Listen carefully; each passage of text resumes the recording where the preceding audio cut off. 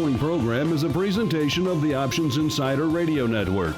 For more programs, visit www.theoptionsinsider.com or search for Options Insider Radio in iTunes.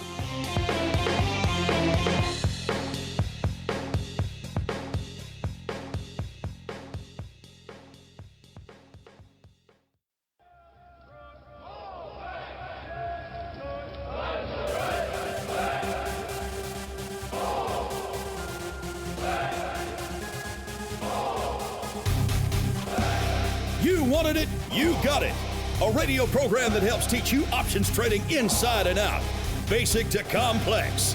This is Options Bootcamp, brought to you by Sogo Trade, an extraordinary value in online trading.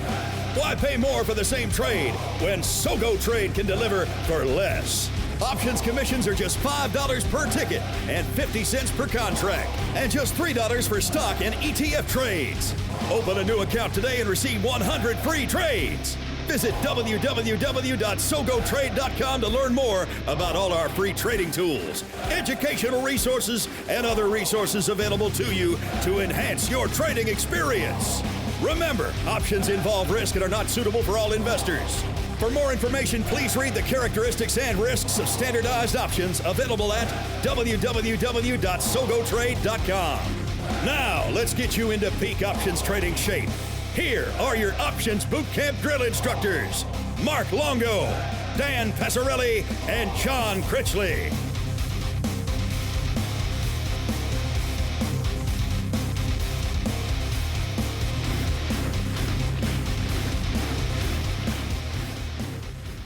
All right, and that rocking theme means it is time once again for Options Bootcamp, the program where we take you, the beginner to options, the basic retail options customer, and we break you down and we rebuild you into seasoned options veterans. My name is Mark Longo from the OptionsInsider.com, as well as the ever-expanding Options Insider Radio Network.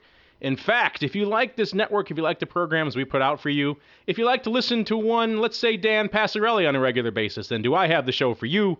We just launched a new program on our network called the Options News Rundown. It's a little quick 10-minute run-through of all the top headlines from the world of options.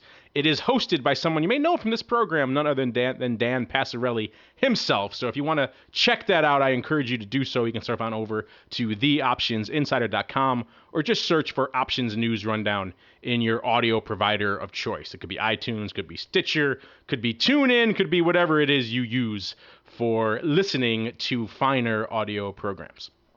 And since I have already invoked him, I might as well start with him. Today on the old Options Bootcamp Drill Instructor Squad, I am joined, as always, by my boon companion, the yin to my yang, none other than one Dan Passarelli from Market Taker Mentoring. Mr. Dan, welcome back to the program, sir. Always a pleasure to be here. Thanks, Mark, and hello, everyone. I'm really excited about this show. This is going to be great. We're going to talk about something we don't talk about too often, and I'm looking forward to it, and I hope you are too. I'm surprised you have time to come back on this show with all of your news rundowning that you're doing these days. I'm running down a lot of news. I'll Created tell you a new verb for you right there. Rundowning. But yes, an excellent job on that show so far, Dan. It's only been going for a little while, but it's already off to a great start. And as Dan mentioned, we are going to hit on something a little bit different for us today, a topic that is extremely important, particularly when you're first starting out in options and just getting a handle on these products and how they work. And yet, I guarantee you, you're not going to see a word about this in any of the typical educational material or any of the typical educational courses or newsletters or websites or what have you, wherever you go to learn about options, aside from the show, of course. You're not going to hear a lick about this, which is why we thought it was so important to discuss it on this show today. Of course, we're going to talk about margin and everything that goes into it, all the great mysteries surrounding margin. And to help us do that, we have a double dose of trouble from Sogo Trade today, starting off with none other than the major domo from the options desk over there at Sogo Trade, none other than Mr. John Critchley. John, welcome back to the show, sir. Hi, guys. How are you? Hi, Mark. Hi, Dan.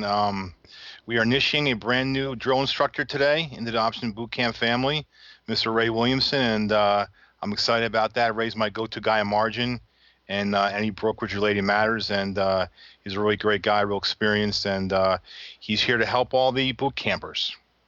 Yes, we all three of us realize that the nuances of margin are perhaps a little bit outside of our area of expertise. So we thought, why not bring in a pinch hitter, someone to really back us up, who brings in a deep understanding of all the nuances and mysteries of margin and how it works. And as John said, that is none other than Ray Williamson. He is the head of brokerage over there at Sogo Trade. Ray, welcome to the program. Yeah, thanks for having me, Mark and Dan. It's a pleasure to be here today. I've listened to a number of these podcasts and think you guys do an excellent job, very smooth and interesting to listen to. So thanks for having me. There you go, listeners. You too can one day morph from listener to appearing on the Options Bootcamp Drill Instructor Squad. So just play your cards right and you too can have a guest seat. But Ray, of course, we're really happy to have you on because we're diving deep into your neck of the woods today. So we hope you will be our guide. And without further ado, let's roll right into our basic training segment. All right, Boot, it's time to get in line. What you're going to do is learn. You're going to learn how options work. Do you hear me? Yes, sir. You're going to learn options trading inside and out, basic to complex. There will be no failures. Do you hear me? Yes, sir. Call in. Print bear to learn. Yes, sir.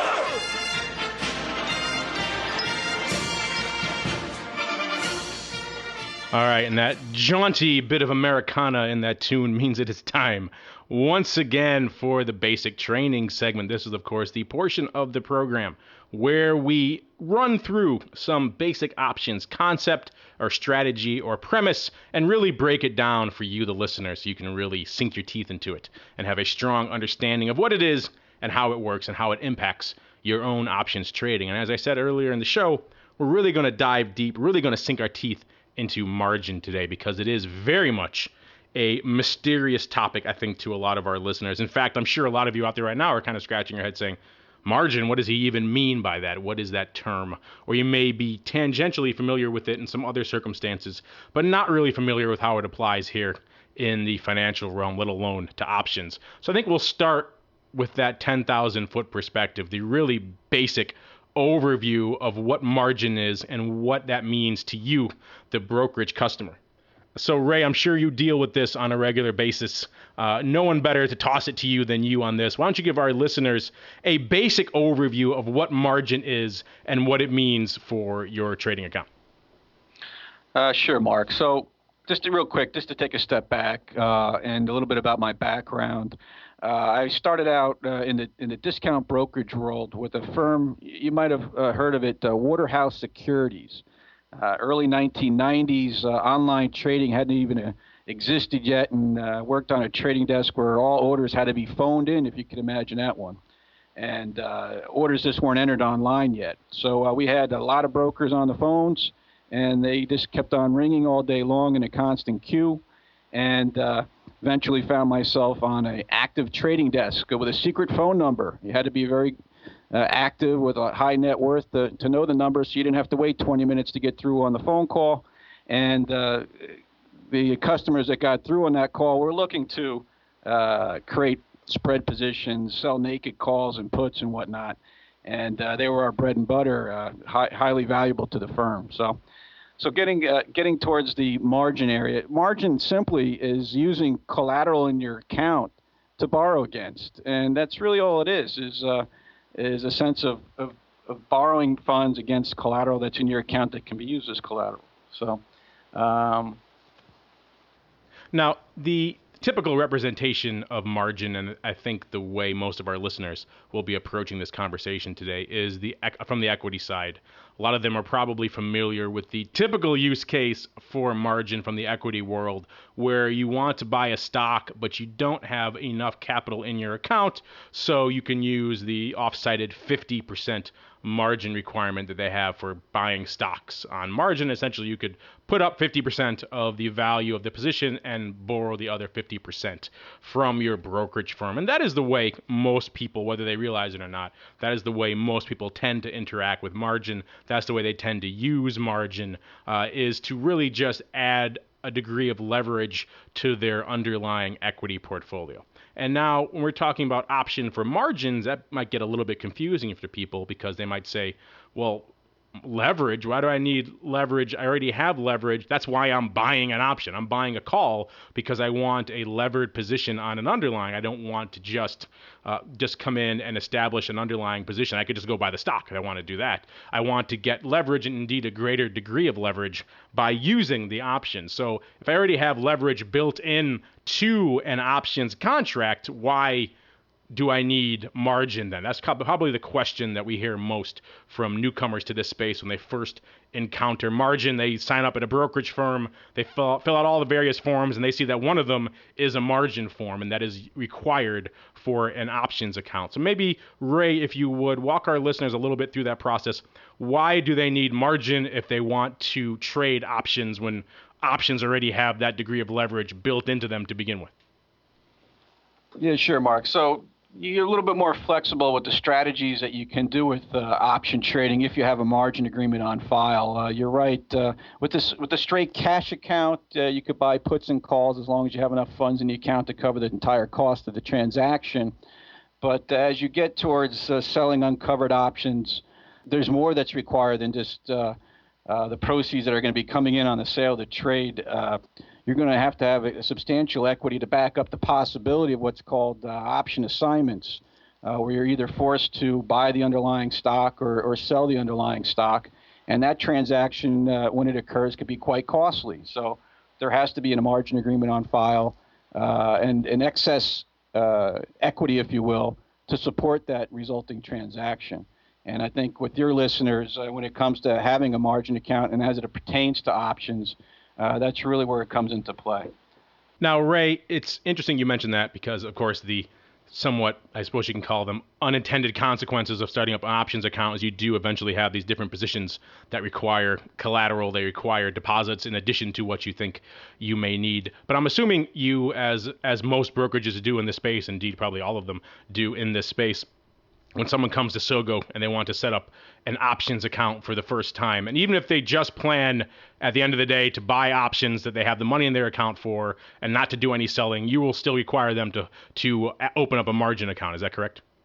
That is correct. They'll have to have that margin agreement on file before we approve them for a certain level of option transactions, which will then allow them to perhaps create spread positions and also sell uncovered options as well.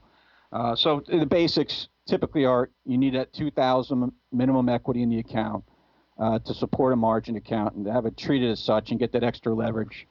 One of the things I should point out, relatively new, at least for our clearing firm, is the fact that not all accounts can qualify for a margin account. Believe it or not, back in the day, you just had to sign off on the margin agreement form, and anybody, no matter what their experience level or income or risk tolerance was, would have margin approved for the account. But as it stands now, we do have customers applying for margin and will not receive that privilege unless they have certain risk tolerance and net worth, net income, that sort of thing. So something for the listeners to this program that should be aware of.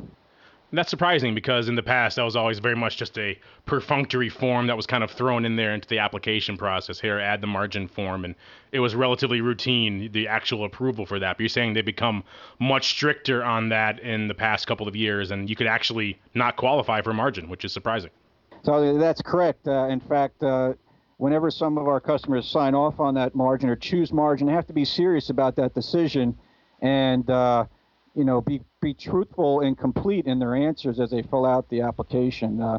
Any half-filled out application or not true to form will be actually disregarded, and that customer would be unhappy to find that they don't have margin privileges on the account. So to all that are listening, please take that portion of the application process seriously. Thank you.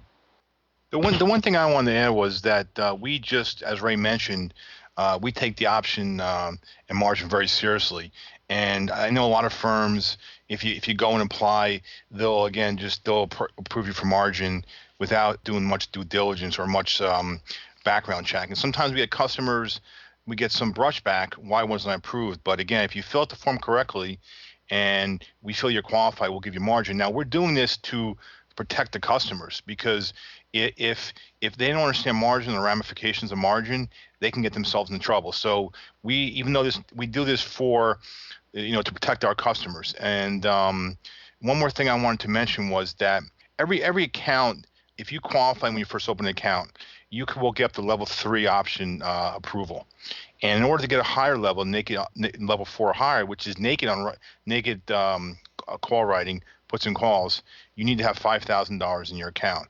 So the margin department, we work very closely with Ray and our margin department to make sure that all these, $2,000 for a margin account or $5,000 to qualify for level 5 or higher. We take this very seriously, and we do it for ourselves and also for our customers. It is confusing. You talk about the approval levels there. I know it used to be just basic levels 1 through 3. That's what everyone had, and level 3 allowed you essentially to do everything. Now they go up to level 5. Who knows? In a few years, maybe we'll have levels 1 through 10. They seem like they keep extending the approval requirements for options, but that's neither here nor there. There's a little bit of commentary, but I know some of our listeners are probably confused by that as well. So the higher up in the approval level you go, the more you can trade. Now, Dan, this is a little bit outside, I think, of some of the typical stuff you and I usually discuss here on this show, but as we said, it's very important, it's very impactful for a lot of our listeners out there, and I'm sure when you talk to your clients and to your new customers over there at Market Taker, the topic of margin eventually arises in some way, shape, or form. So what are your customers, your clients, what are they asking you about margin? What are some of the perhaps perceptions or indeed misperceptions that they're bringing to the table about margin when they first start trading options and are looking to learn more about options? Mark, a lot of the times it really is misperceptions and just sort of confusion about what margin is. I mean, a lot of times people will be thoroughly confused by just simply the definition of margin. And, when I sign up one-on-one coaching students, I send them out like, basically a test. So I kind of get to know what level they are, And one of the questions that I put on the test for the one-on-one students centers around margin, and basically asking them if they understand what margin means in the context of options, because a lot of people come into it and say, oh yeah, I know what margin is. That's, when I borrow money from my broker to be able to buy options, right? And no, it's not. In the stock world, that's exactly what margin means. You're borrowing money to buy stocks. But in the options world, it means something completely different. It's this is how much money I have to put up in order to hold this position. So, I mean, that's just basically one example of some of the misperceptions out there, misconceptions out there, and just sort of the confusion that's involved, with these two different words, margin, in two different contexts. You're right. A lot of people come to this and they think, oh, margin for options. That means I can put up $2.50 for the $5 call I want to buy, and I'm going to buy it for 50% margin. Doesn't really work that way, but that is what a lot of people think of when they first think of margin. Now, Ray, obviously there's many layers to margin. There's many degrees of minutia that comes when you're talking about margin. There's different things like day trading requirements. There's different things like cash accounts. So I think we'll dive a little deeper into the margin fray now for our listeners. So don't be intimidated, listeners. This is stuff you really do need to know. Let's start off with the cash account requirement. I mean, a lot of people may scratch their chins at that and say, why do I need a cash account when I'm trading options? That seems to be incongruous to me. So let's start there. Why do you need a cash account? Why should you have a cash account when you're trading options, and how does that figure in to the margin calculations? Well, yeah, what we have now is interesting. One of the advantages that a cash account has over a margin account, and there aren't many that I can think of, but in this case, there is the idea that accounts can be coded as a pattern day trader, and some of the listeners may have been familiar with that term. And that's when the customer executes 4 or more day trades within a rolling 5 business day period. And in a margin account, there's something underlying. There's a tracking device, if you will, that monitors to see how many day trades are actually done within that rolling 5-day period. And if you hit that 4th one, you're flagged a pattern day trader, and then you have to maintain a minimum of $25,000 equity to be permitted to continue to day trade. And a lot of customers, unfortunately, and we all wish we had it, just don't have the $25,000 laying around to day trade every day. But they want to be active, and they want to be more active than just 3 day trades every 5. So what they can find themselves doing is in a cash account, they don't monitor to find out, track how many day trades are done in that 5-day period. So feasibly, you could do an unlimited amount depending on how much cash you actually have. So, for example, if I have, let's say, $10,000 in cash in my cash account, I could in one day do 10 buys of $1,000 each to total $10,000 and sell them all. Sell off all 10 positions by the end of the day. And I feasibly have done 10 day trades in one given day. And then options settle in one business day. So that money then, let's say the $10,000 I net out and don't make a profit or a loss. I start off the next day with the same $10,000. I could do it all again the next day. And what option traders have come to realize, and everybody, one of the goals is just to be able to get off more trades and do what they like to do. They find it much more flexible in a cash account to operate that way. So again, you can't exceed the cash that's in your account.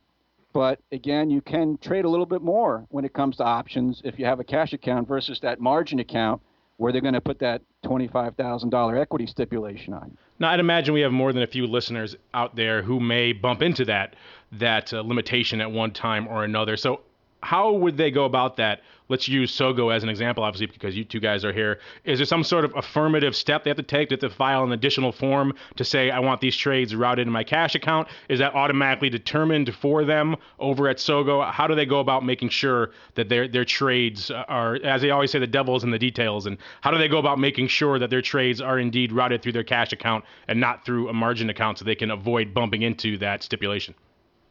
Well, that's a great question, Mark. And the way to go about that is to actually, if they find themselves with a margin account and then realize that they do want to take this angle to get off more option trades than they normally could otherwise, they have to do what's called downgrading the margin account to a cash account only.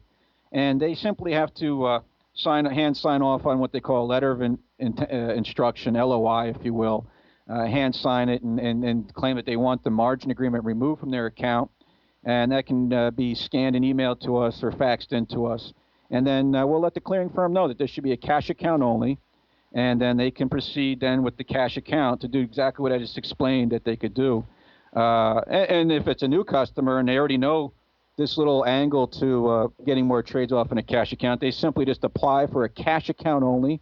And they leave off the part where they don't check off that they want a margin agreement when they sign up.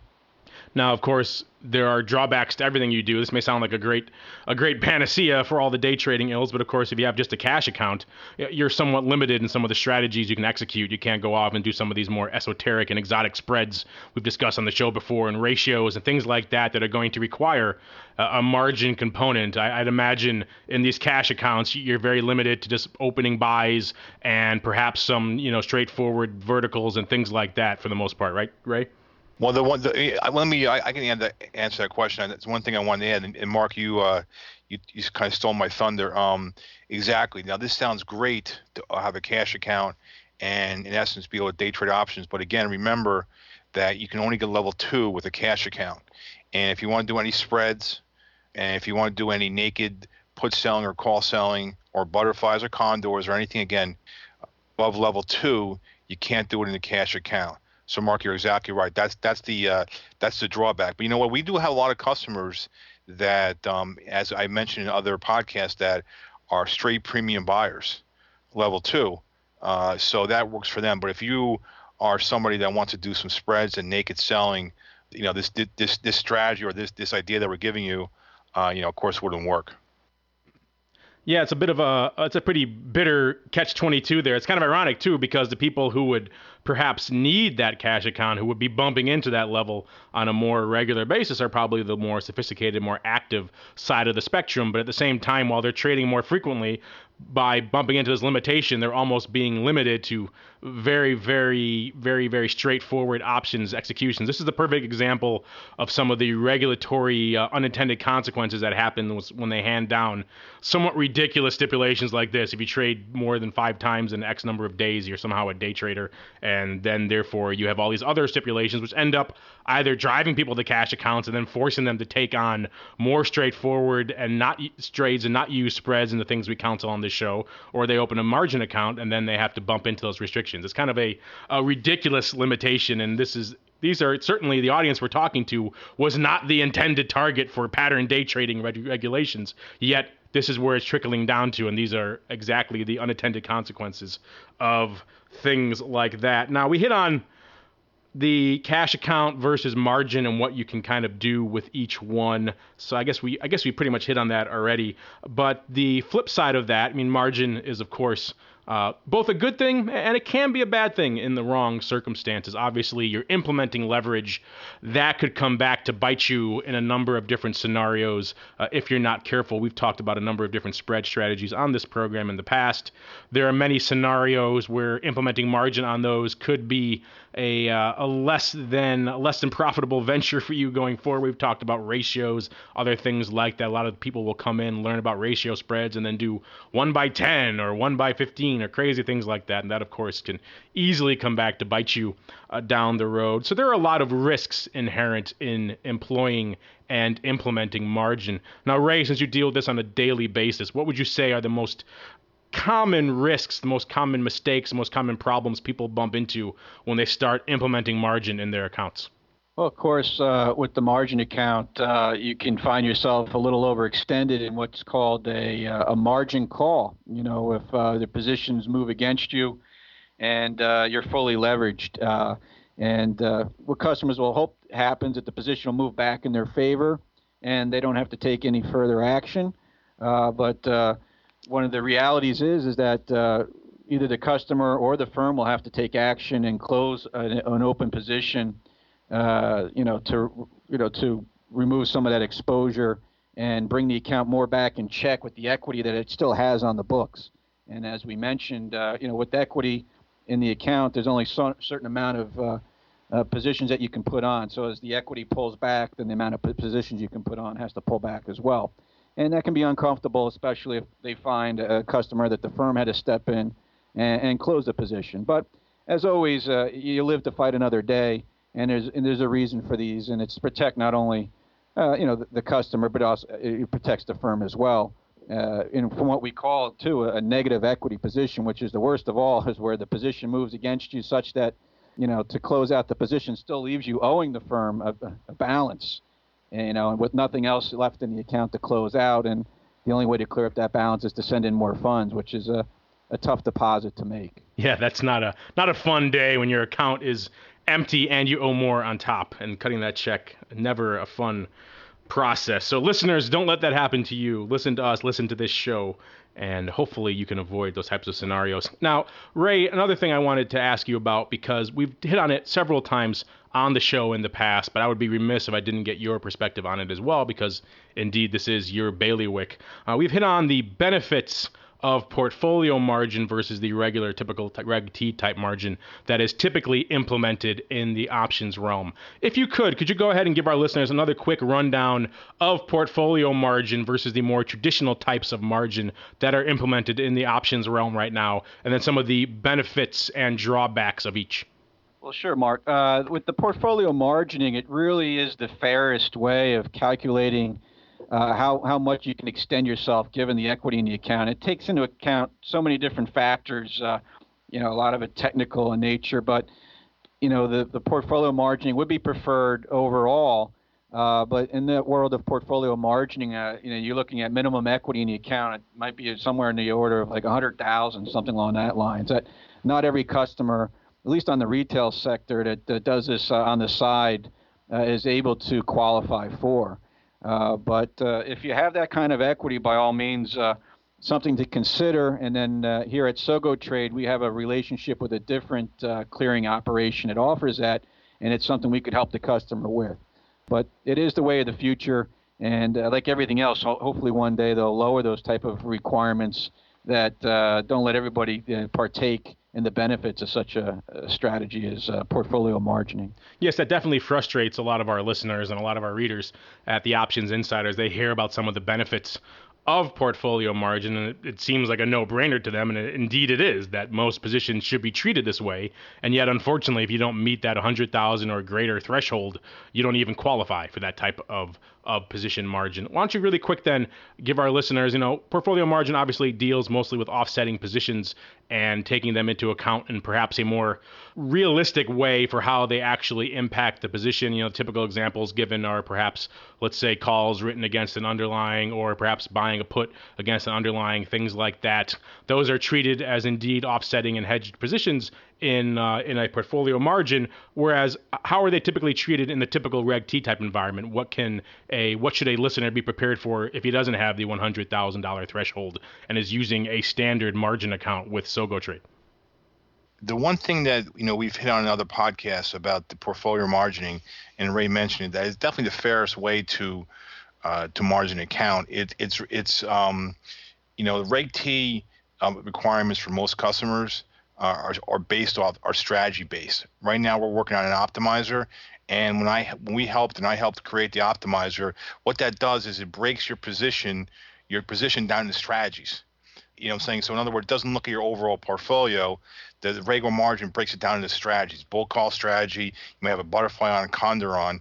With the portfolio margin, it looks at your portfolio in totality, and it will take parameters, let's say up or down 20% with volatility up a certain percentage, and you must have enough money to be able to cover that large outlier move. So again, for the big retail customer, it's the way to go. For the small guy, they certainly can't afford the 100,000 or 250,000 to put it on, but hopefully at some point those levels, those numbers, will be dropped, and it'll be available to the average retail investor. I think that would definitely be a good thing, because there's no reason that the average retail trader shouldn't have the same benefits of offsetting positions and having those being factored into his margin requirements, just like a big account does. I mean, really, there is no difference from any other perspective except for the capital requirements. And once they get those down to a more reasonable level, I think the vast majority of our listeners will find that to be definitely a beneficial experience for their trading.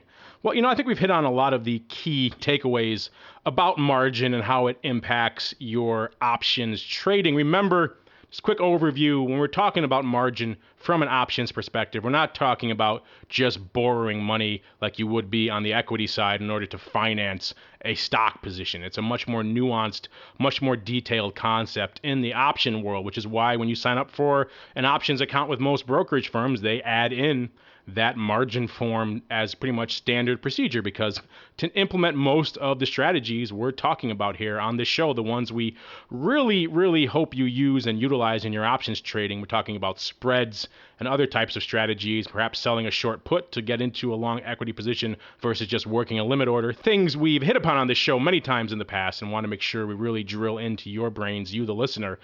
You need a margin account to really utilize a lot of those things. Any sort of naked selling, you need a margin account for. Any sort of these advanced spreads with a lot of open components or ratios, all the things we talked about many times on this show, all require a margin account. So if you don't have one with your broker and you're looking to trade options, you should certainly contact them and say, hey, I would like to open a margin account so I could take advantage of some of these more nuanced trading opportunities that are available to me using this type of trading. Of course, we hit on the cash account. If you do trade frequently, that could be an option for you, but remember, you're going to be very limited in what you can actually trade. Straight up buys, some verticals, and some other very limited types of spreads, and that's really about it. So if that's an issue for you, perhaps you should look into some other ways to get around that, as opposed to just going into a cash account, because that's not really the ideal scenario for a lot of our listeners. As we're wrapping it up here about margin, Ray, anything else you want to leave our listeners with? Perhaps some misconceptions when it comes to margin, or anything else you want to leave them with here on the topic of margin? Well, yeah, thanks. One of the biggest issues we have, again, is that learning curve and customers just not knowing all the rules, and you can't fault them if you don't do it on a daily basis. There's just so many rules and nuances to margin. What we try to do at SogoTrade is make it a little easier, at least as they're putting in their orders, right? We've created all these warning messages that will pop up. You have a chance before you enter your order there's an order verification pop-up that comes up, your last chance to review the order that you're about to place before you actually submit it. And oftentimes, you might be exceeding one of your buying powers in the account. I know I didn't touch on it, but you might have day trading buying power separate from overnight buying power, the buying power you'd use to hold a position overnight versus in and out the same day. And, we put it in bold red text and a clear message there, what you might be getting yourself into. And oftentimes, you're still allowed as the customer to go ahead and enter the order. But we definitely want customers to take notice of these messages. We try to make them as user-friendly as possible before they go ahead and submit the order. So just to know that to the listeners out there, these messages are out there. We're going to continue to refine the messages, add new ones, whatever it takes to keep our customers out of trouble and to keep them doing what they love to do and what we're happy that they're able to do, and that's to continue to trade and get orders open when they want to get positions open. And the last thing, too, is that currently an account might be in what we talked about as a margin call to start out the day, and the clearing firm will start you out at zero buying power, but technically that buying power is what you would call negative or should be negative. So just a warning to all the customers listening here, if you start out the day with zero overnight buying power, it's very likely it's actually a negative amount, and I would highly suggest, if you're not sure why that might be, to give us a call, and we'll fully explain what the actual situation is. So again, we both stay out of trouble, and we avoid the all-feared margin sellout, the forced sellout of the account. Maybe before we go, then we should hit on really quick for our listeners so they can have a better understanding of it. You touched on the day trading margin, the day trading buying power versus overnight buying power. Really quick, then, give our listeners a rundown of how those two are calculated differently. I'm assuming the day trading is calculated based on what we talked about before, the 3 or 5 day trades in a 3 or 5 day period, and the other buying power is calculated in some other methodology. So why don't you run us or our listeners through how that process works so they're not confused by the two? Well, sure. So to start out the day, you have in your account a certain amount of equity. That's the amount of money you could keep if you closed out all the positions and walked home with a check. So with that equity, you're going to generate what's called exchange excess. That's what you have in excess of the minimum amount to maintain the margin that's in the account. And with that, there's talk of 2 times leverage, 4 times leverage. So for day trading, and I'm talking about equities here, typically we can take that exchange excess and multiply it by 4. So you have 4 times the excess to open a position and then expect to close it on the same day, not to hold that amount overnight. And that's a lot of extra buying power. It's very enticing. You see the big number up on the screen. For the overnight hold, you're going to take that excess and basically double it. So you can do 2 times the amount of the excess in the account and hold that position overnight. So you're able to hold a smaller position overnight than you are able to put on during the day with the understanding that you're supposed to close it out before the bell rings at 4 o'clock Eastern time. As we apply it to options are what they consider non-marginable securities. So typically the buying power for day trading for options is relatively the same as it is for overnight. No real major advantage when it comes to options when you're talking about day trading buying power.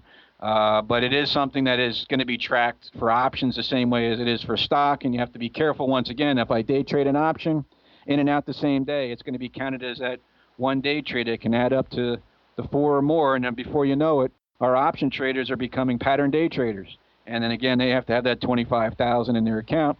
So to be careful, and I know we touched on it, there's only so much you can do in a cash account. We know there's no selling uncovered in the cash account, so you are going to be limited. So there's only so much we can do with the rules that we're left to work with, and I think we all agree that some of these rules are a little bit too conservative in ways, and it leads to a lot of customer misunderstanding and confusion, which really isn't good for anybody. So the best we can do here is educate, as often as we can, and that's wonderful that we have the program here that we can hopefully use as an educational tool as well. The one thing I just wanted to add is that the biggest issue I deal with every day is that are these margin issues, and thankfully we have people like Ray in the margin department here. But again, Ray was 100% right. Just try to educate yourselves. Heed the warning messages, and we do everything that we can do to mitigate the margin issues before and after the fact, because, we want to keep our customers, of course, trading. And a lot of these issues, are kind of complicated. So we try to implore our customers to be patient with us as we try to explain these issues to you. And my head always hurts. I always get a headache when I deal with this every day. But that's the situation that we're in with all these rules. We need to follow them, and so are the customers. So we do our best, and hopefully everything works out. And John, speaking of educating, we should educate some of the people who actually make these rules, because like we were talking here, I mean, some of the margin requirements require the trader to put up more capital than the trader can possibly even lose. So just sadly, there's a lot of misunderstandings out there, both by the people trading them and the people who are making the rules on margin requirements. Yeah, I just came back from the big industry show down in Boca Raton, Florida last week, Dan, and there were a lot of regulators down there, and it certainly is a hand-wringing experience to hear them speaking about options and the way they're regulated and their understanding or indeed lack thereof when it comes to options. But, this was, I think, a great show to do for a lot of our listeners. I know I certainly learned something. I hope you did as well, the listener. I think the key takeaway from this, and it can be a little bit confusing if you get a little confused with some of the concepts we hit on, or perhaps how the day trading versus overnight is calculated, things like that. I encourage you to rewind this segment, perhaps listen to it again to get a fuller and broader understanding of what we're talking about here. And I think at the end of the day, the key takeaway we want you to have from this episode is that when you enter your trade at your brokerage account, wherever your broker may be, usually you're going to see a little element there in the trade preview window of here is the margin requirement. And that will usually have a little icon or a question mark or something next to it that you could click. It's not just, don't let them just throw out a number and just accept it. You should understand how that margin requirement is calculated. You should be able to click on it, and they should show you a very clear breakdown of where that number is coming from and what different risks are involved in generating that number. And if they don't do that, or if you don't understand the way that number is being calculated and you want some more insight into it, pick up the phone, hop in the chat window, whatever the case may be with your broker of choice, and really get on the horn to them and say, hey, I would like more insight, more understanding in how this number is actually calculated. Because at the end of the day, it is your money, and you really need to have a strong understanding of how it's being allocated and calculated and reserved for your different trades. Because if you don't understand that basic principle and how that stuff works, then you could really be wasting a lot of capital and that you could be putting towards better trading and more efficient trading. So that's the goal really of this segment today, is to get you to have a better handle, better understanding, indeed an appreciation of margin and the role it plays in your trading. Because if you don't understand this very basic but very important concept, all the other things we've talked about, the Greeks and spreads and risk management, it's all essentially moot, because you're never going to get there, because you can't even get around the basic margin requirements, which are so fundamental to the options world. So Ray, I want to thank you very much for coming on the show today to help our listeners navigate the realm of options, a difficult realm indeed. And hopefully we'll bring you on again down the road. Perhaps we'll get some great listener questions about margin, and we'll bring you back on to dive into this realm once again. What do you say? Yeah, absolutely. Love to answer the questions and keep the customers engaged. Again, great program. Thanks for having me. Great, Ray. Thank you. All right, and that's going to do it for the basic training segment. And now we're going to dive into perhaps our favorite segment of the show, the segment where you get your chance to join us here on the Options Bootcamp Drill Instructor Squad. Of course, I'm talking about the mail call segment. Mail call. Time to look at questions submitted by our listeners.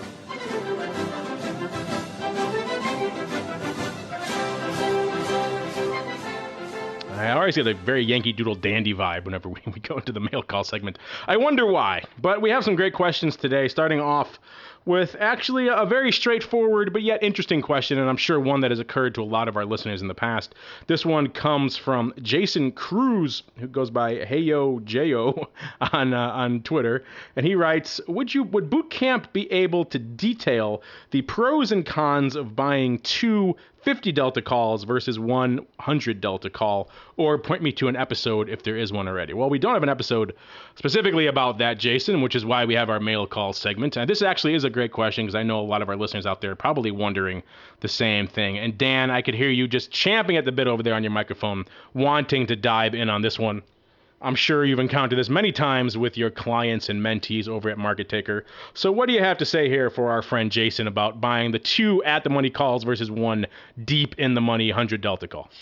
Sure, absolutely. Yeah, this is selecting the right way to trade an opportunity, the right strikes, the right size, and all that is really important. And what it comes down to is risk. Looking at the delta gives you one piece of the puzzle, one risk. But there's other risks as well. For example, one risk is how much capital are you laying out? Maybe buying 250 delta calls could cost you, maybe they each cost, say, $2. So you're paying $4. But to buy 100 delta call might cost you $15 or something like that. Hypothetical example, just making up some numbers. You could be risking a lot more cash by trading in the money, a deep in the money 100 delta instead of 2 at the money 50 deltas. But then there's other risks, of course, as well. Delta is not your only risk in option trading. There's time decay. Buying 2 at the money 50 delta calls is going to have way more time decay than buying 1 deep in the money call. You're going to be losing more as time passes. Volatility. If implied volatility changes, it's going to affect 2 at the money calls way more than 1 deep in the money call. So you have to holistically look at all of the risks that you have and not just focus only purely on direction as if an option is just purely a substitute for the stock, because there's so much more going on there and you need to consider all these other things as well. So that's what it's all about. Risk, risk, risk. Look at all the risks. Look at the big picture. Yes, people tend to forget that the at-the-money strike there and right around it is essentially this big vortex from a Greek's perspective. Everything tends to accelerate when you get toward the at-the-money strikes, and of course, your gamma explodes, and consequently your theta explodes, just like Dan was just saying. So buying those 2 calls are going to decay at an exponentially faster rate than that one very deep in the money call. Same thing with, like I said, volatility. Everything is just explodes when you get down to that at-the-money strike. So I'm assuming you didn't mention it in your example, Jason. I'm assuming the net outlay for 2 in your hypothetical example would be the same as buying the 1. So I guess we'll leave aside the concept of premium outlay and things like that. But everything else being equal, Dan's right. There are a lot of other Greek considerations, risk considerations to consider. If this trade sits there, you're going to have a lot more decay really eating into you much faster and be much more impactful than it would if you just had that one long 100 delta call that is sitting in the money and is decaying at a much slower rate. So buying options decay is very much a critical factor. So all other things being equal, that might be the thing to sway you into buying the 100 delta call versus the other 2 is just the if you have that accelerated decay, which can be very difficult to overcome in the near term. Next up, we have a question from Tad Briggs getting into the strategy realm. He says, what does the term risk reversal mean? What risk am I reversing? How should I use this strategy in my trading? Good question there, Tad. I think we've discussed this on recent episodes. Of course, the concept of risk reversal usually entails buying an out-of-the-money put, selling an out-of-the-money call, or vice versa, buying the out-of-the-money call, selling the out-of-the-money put. This term really derives from back on the floor trading, the professional days. That's the ones who really would implement risk reversals most frequently. And what it was really used from is we talked about volatility skew on this show a long time ago. Remember how we talked about how that works in the call wing versus the put wing. What a risk reversal essentially allows you to do from a volatility perspective is reverse your risk. If you're long skew, meaning you're long puts in the out of the monies and short the call wing, you could flip that around and then buy calls and short puts and flip that by trading what's a risk reversal. So that is where the initial implementation of it came around. It isn't used as much on the retail side of the fence, but we like them. That's one of my favorite trades, actually, is the risk reversal, bullish or bearish, whichever way you want to go with it. It allows you to do a lot of interesting things, put on a lot of interesting positions, which with a minimal capital outlay, which at the end of the day is very important, particularly from a retail perspective. And that's where we usually see this strategy being implemented. Let's say you love XYZ stock. You want to take a bullish position in it, but you don't maybe have the capital or the wherewithal to put on something at the money like we were just talking about with Jason because of all the decay and all the other factors built in. Maybe you don't have that strong of an opinion on it. You think it's going to rally, but you're not sure when. You can use a risk reversal to put on something where you sell an out-of-the-money put, buy an out-of-the-money call. Maybe you do it for a net credit. Maybe you do it for a break-even, whatever ratio or whatever style you end up putting it on for. And now you essentially have a bullish position in this underlying at minimal outlay to you. Of course, remember, outlay is just your initial capital outlay. We spent this whole episode talking about margin. There still is going to be margin reserved for this trade because you're selling a put naked, essentially, which means you're essentially agreeing to buy the stock at the strike price of that put. And then, of course, that's going to entail some margin. So this could be a capital-intensive trade, even though the outlay is minimal. So remember that when you're putting on a trade like this. Dan, do you do a lot of risk reversals over there at Market Taker Mentoring, or do you walk a lot of your clients through this strategy? Is this one of your go-to tools in your arsenal? Well, I wouldn't say doing a risk reversal uncovered or naked is, but, another way to describe a risk reversal, when you own the stock and you sell an out-of-the-money call and buy an out-of-the-money put, I mean, you're trading a collar, basically. That's what a lot of people would typically call that, I would say. And I do work with a lot of investors, especially people with concentrated wealth in one particular stock. I talk about collars all the time. So, selectively, I do work with risk reversals on a regular basis, yeah. That's true. That gets into the nuanced perspective of options terminology. Once you add the stock leg, all of a sudden it becomes a collar.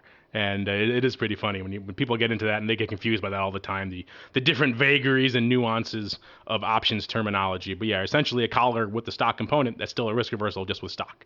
So you can think of it that way too, listeners. If you're confused, of course, the collar is usually a very specific risk reversal. It's essentially a bearish risk reversal. You're buying the put and selling the call. There is, of course, the bullish risk reversal, which isn't tied to stock typically, and that's just shorting the put, buying the call, flipping the collar around, taking the stock out of it. So whichever way. Can I mention one thing, Mark, about Sure, go ahead, John. One part of that strategy? When you sell the out-of-the-money put and buy the out-of-the-money call, the good thing about that particular trade is that normally there's going to be a big reverse skew, or there's going to be a big skew. The out-of-money puts are going to normally be much higher implied volatility terms than the out-of-money call that you're buying. So you're putting the trade on for some edge, just because the mechanics of the marketplace, where out-of-the-money calls usually trade at lower volatility than out-of-the-money puts. So that's one strategy to look at, that there is some edge built into it. If you want to take a bullish stand, you can try doing that trade. That's true. You are trading then against the proverbial prevailing wisdom, if you will, of the marketplace, which tends to have people doing what Dan just said, putting on collars, buying puts and selling calls. So if you're doing the flip side of that trade, if you're selling the put and buying the call, you do, as John say, have a little bit of edge, or perhaps a little bit of a premium bump. Maybe you can do it for a credit as opposed to a debit, because you are trading against the, I hate to say prevailing wisdom, but what the typical tendencies of most traders are, which are they're long the market, and most of their options trading comes around protecting and or hedging those long positions. And so if you're just putting on the typically naked bullish risk reversal, selling the put, buying the call, you get a little bit extra bang for your buck. I know some traders who love that trade specifically for that purpose. They're trading on the other side of all that retail flow and all of the tail risk bump we've seen in the broad media and everything else. So that makes them a lot more excited about the old bullish risk reversal. So that is all the time we have for the mail call segment for today, and unfortunately that's all the time we have for this episode of Options Bootcamp. I hope we were able to give you a nice quick overview of margin and all the different things that it entails. If you'd like to learn more, I of course encourage you to listen to this first segment perhaps a couple of times to let it really sink in, and of course you can always contact the folks over at Sogo, John, or Ray. Just go over to sogotrade.com and you can find out how to contact them and perhaps learn a little bit more about margin on their site as well, because as we've heard today, there's a lot that goes into that calculation, the great mystery that is margin and margin requirements in the options space. But before we go, as always, I'd like to check in with my cohorts here on the old Options Bootcamp Drill Instructor Squad to see what they have coming up in their respective necks of the woods. Starting off with you, Dan, in addition to your great ONR program that you're putting out every day on the Options Insider Radio Network, and in addition to a little event you may have coming up on May 15th at the CBOE, a great unusual activity event we have scheduled. Anything else coming up in your neck of the woods over there at Market Taker Mentor? Well, I don't know if I mentioned this last time, but I have an in-person event in Las Vegas on April 28th and 29th. Is this your much ballyhooed crap seminar I've heard so much about? That's right. Poker for Dummies. Yeah, so this is a class I'm really, really excited about. If you're looking for an excuse to give your spouse about why you need to go to Las Vegas for the weekend, this is it. Sunday, April 28th and Monday, April 29th at the Aria. This is the first time that I've done an event like this, and I'm really, really excited. Contact me for details. Just visit markettaker.com, and I'll let you know how you can sign up. Very exciting. I'm looking forward to that. Get some good risk management, maybe talk a little bit about margin, and maybe do little craps on the side, just add a little fun when you're heading out there to Las Vegas. So looking forward to that. Check out markettaker.com for more information about that and everything else Dan has cooking over in the land of Market Taker. And last, but certainly not least, a lot of great stuff has been cooking over there in the land of Sogo Trade. John, I know you've been teasing us with a lot of great stuff coming out of your neck of the woods recently. So what is new? What is coming up? What is on the horizon for folks to look forward to over there at sogotrade.com? Well, of course, we have our new options blog. If you go to the pre-login sogotrade.com site, you'll see under education. You can also subscribe to it if you want. We have a new stock screener available. It's free, again, pre-login to everybody. It's an excellent new tool. Our Power Options, our application-based platform, which I'm beta testing, is on the horizon. And as always, you can find me on Twitter, Sogo Trade Option, and on Facebook, Sogo Trade. And thanks again for Ray for helping us out today, and thanks to Mark and Dan. It was a lot of fun today. Yes, it was a great show, and I, of course, want to thank Ray as well, because when you get down into margin, it really helps to have someone who deals with it on a day-to-day basis and knows all the nuances of margin, how those calculations are put together, because at the end of the day, that really makes it much more impactful for our listeners, makes it easier for them to understand what really goes into these sometimes mysterious calculations that show up on their brokerage page, the margin requirement. People just tend to see it and accept it and click on and move forward, and they don't put much more thought into it when they really should realize that if they've taken the time and the effort to do that, I think it could really have a dramatic impact on their trading experience overall. So on behalf of all of us here on the Options Bootcamp Drill Instructor Squad, I, of course, want to thank all of you out there in the listening audience, in particular, all of you who took the time to write in. We love hearing what you guys have to say. If you'd like to join us on the mail block segment, then, of course, you can find us on Twitter, twitter.com/options, or on Facebook. Just search for Options Insider on Facebook, or you can find us the old-fashioned way. Come to our website, theoptionsinsider.com. You can post a comment on our site, or you can use the comment system to send us an email, or you can even just send us an email directly. Questions at theoptionsinsider.com. Just put in the subject line the title of the show you're looking to ask a question about. So there you go. A lot of ways to get in touch with us. Again, check out that Options News Rundown program. And if you are going to be in Chicago in May, particularly May 15th, come see myself and Dan and a host of other options experts breaking down and really diving deep into the nitty-gritty world of unusual options activity. I think you're going to love it. Surf on over to theoptionsinsider.com/events for more information on that. And of course, we want to thank all of you for listening, and we'll see you next time right here on Options Bootcamp. Options Bootcamp is brought to you by Sogo Trade, an extraordinary value in online trading. Why pay more for the same trade when Sogo Trade can deliver for less? Options commissions are just $5 per ticket and 50 cents per contract, and just $3 for stock and ETF trades. Open a new account today and receive 100 free trades. Visit www.sogotrade.com to learn more about all our free trading tools, educational resources, and other resources available to you to enhance your trading experience. Remember, options involve risk and are not suitable for all investors. For more information, please read the characteristics and risks of standardized options available at www.sogotrade.com. Options Bootcamp is produced by the Options Insider, Inc. All rights reserved.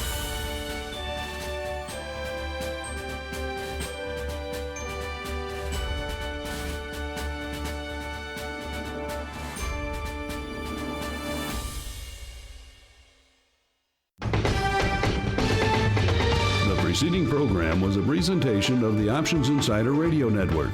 For more programs, visit www.theoptionsinsider.com/radio or search for Options Insider Radio in iTunes.